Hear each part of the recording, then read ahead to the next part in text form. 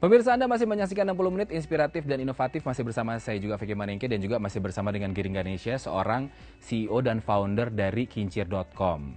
Sebenarnya sekarang kalau saya melihatnya Giring, kita masih dalam, untuk banyak usia kita dan ke atas masih dalam masa transisi untuk mengenalan gadget, untuk mengenal dunia digital dan lain sebagainya. Jadi berpikir untuk punya usaha digital kok kayaknya agak susah ya. Kayak agak outlandish gitu, kayak gimana cara mulainya gitu. Ada tips dan trik nggak untuk para startup nih yang mulai digital? Oke, kalau tips and trik temen-temen pas banget deh. Langsung aja ke Instagramnya Kincir.com. Di situ tuh ada satu show namanya Gentleman Guide to Startup. Jadi ada 12 episode. Mentor saya namanya Anthony Lim. Dia akan menjelaskan bagaimana sih bisa bikin startup. Iya. Itu ada, sekarang sudah ada sampai baru episode 1-2, nanti 3-4. Langsung aja cek. Cuman kalau misalnya saya bisa summarize dikit aja gitu. Untuk memulai sebuah startup, pertama adalah ide.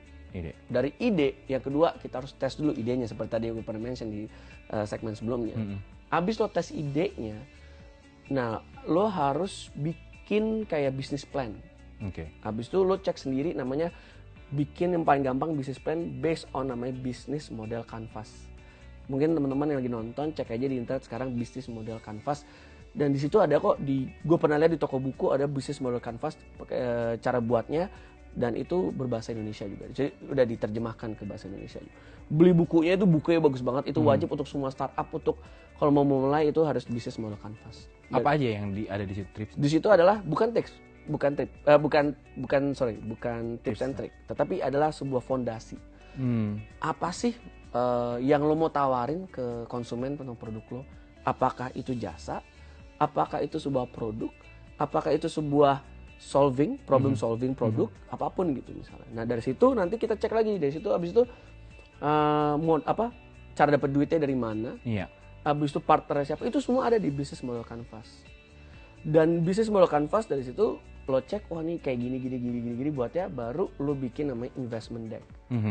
Cara investor. Jadi lo bikin sebuah kayak lo pitching lah. Iya.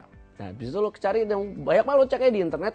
Banyak banget zaman sekarang ada inkubator, ada namanya akselerator gitu. Mereka yang punya uang, naruh uang mereka untuk ngetes ide lo gitu. Misalnya lo punya ide, lo cari ini gitu. Itu kayak semacam lembaga survei gitu ya? Bukan lembaga survei, mereka namanya venture capitalist, pemodal.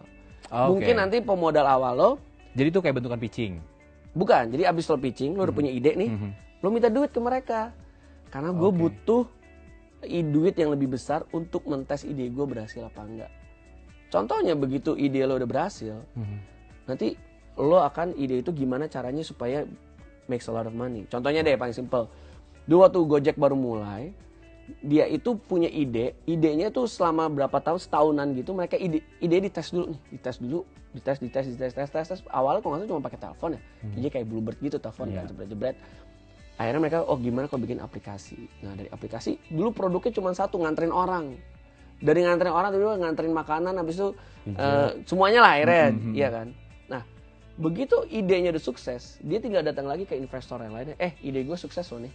Gue dalam sebulan berhasil nganterin segini orang. Lu bayangin kalau gue punya duit segini besar, gue bisa multiply nganterin berapa juta orang, atau berapa juta barang, atau berapa juta makanan. Kalau lu ngasih gue duit untuk bisa orang lebih tahu gue itu siapa. So seperti itu mulanya. Yang paling penting adalah ketika lu punya ide, terus ide lo berhasil, lu cuma minta duit gimana caranya ide ini bisa multiply lebih besar. Itu aja sih. Oke, jadi dia penyedia dananya gitu ya. Iya, dana. Modalnya, Nanti switch-nya adalah berapa persen dari saham lo gitu. Oke. Misalnya lo punya 100% nih, ini ide gue 100%.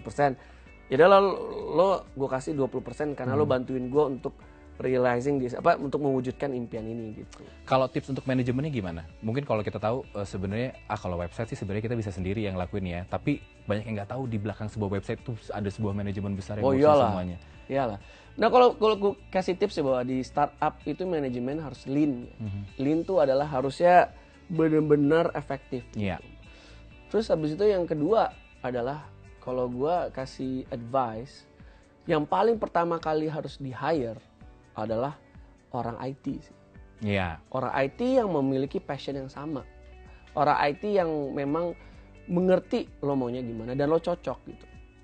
Habis itu dari orang IT barulah yang lainnya. Kayak kalau misalnya kayak orang finance, HR itu mah nanti menurut gue. Karena masih jauh lah. Tapi mendingan lo hire kayak teman-teman lo hire orang-orang yang deket sama lo, yang lingkaran lo gitu, yang mau berjuang dari bawah dulu gitu. Ya, yang ngerti soal websitenya, soal settingan layout dan lain sebagainya. Iya. Itu penting ya, karena itulah produknya tuh di situ.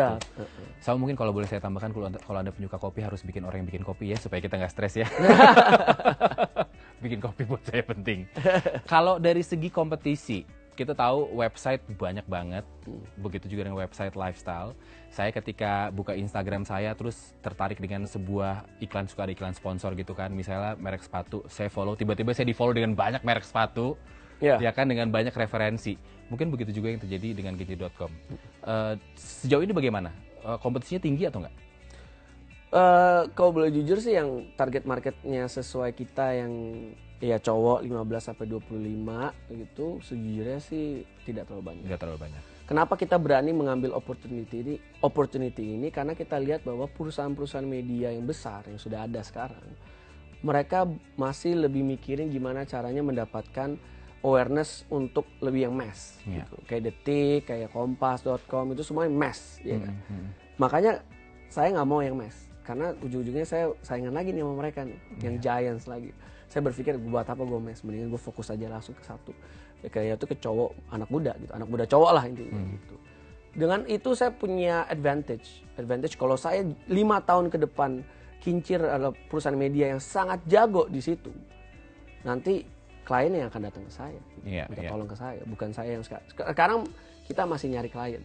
Mudah-mudahan ke depannya kalau kita sudah benar-benar jago di situ, ya kliennya akan datang ke saya gitu. Ya, yang penting tetap spesifik ngelakuin yang itu, nggak usah. Kadang kan kalau misalnya kita ketemu dengan tekanan bisnis, kita pengen cepet-cepet besar nih. Gitu jangan. Tidak ada yang cepet besar. Semua tuh proses, Bos. Gini deh, kayak Niji dulu kita selama 1 tahun kerja cuma latihan doang. Baru abis itu tahun kedua mulai manggung-manggung, akhirnya tahun ketiga dapat recording label gitu. Gue jujur ya, nggak ada yang instan kok di dunia ini. Dan itu semua perjuangan, harus dengan keuletan, harus dengan kesabaran. Dan setiap hari kalau lo salah, misal lo mengambil keputusan yang salah, make it fast. Cepet aja, cepret, tapi buru-buru betulin kesalahan itu. Jangan ambil terlalu banyak waktu lama. Karena investmentnya datang terus. Misalnya uangnya kan jalan terus ya. Waktu tuh time is money, man. Giring baru saja kesebut Niji, saya jadi pengen nanya-nanya pemirsa seputar Giring yang sekarang sama yang dulu ya, ketika fokus bermusik dan sekarang fokus berentrepreneurship di digital. Jangan kemana-mana, setelah ini saya akan kembali lagi. Tetap di 60 menit inspiratif dan inovatif.